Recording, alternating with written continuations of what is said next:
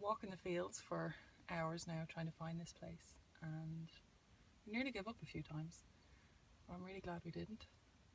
We've sat down now into the souterrain, and the wind and, okay, it's still raining in here, but the bluster has passed and it's just so still and so quiet down here. And we have the Ogham stones that have been taken out are standing guard up above. And down here in the chamber there's more Ogham sentinels here, here, and here. The capstones that are still in place.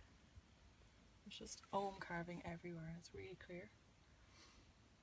So I'm looking forward to finding the translations of it. I wanted to come and experience the site knowing very little about it. I can see that this is a souterrain.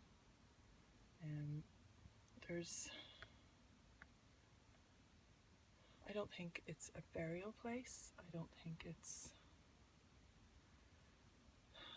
know. It seems the energy of it is different than if it was just food storage. If that makes sense. There's a stillness here to the energy that is only usually found in court tombs or cairns.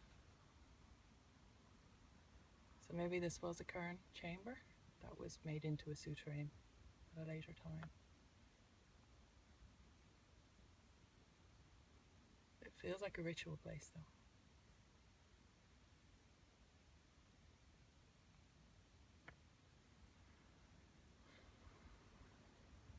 I think if my very, very patient sister doesn't mind, I'm going to lie down here. I'm going to finish this video, lie down for a little while and do a little journey and see what the other world version of this looks like.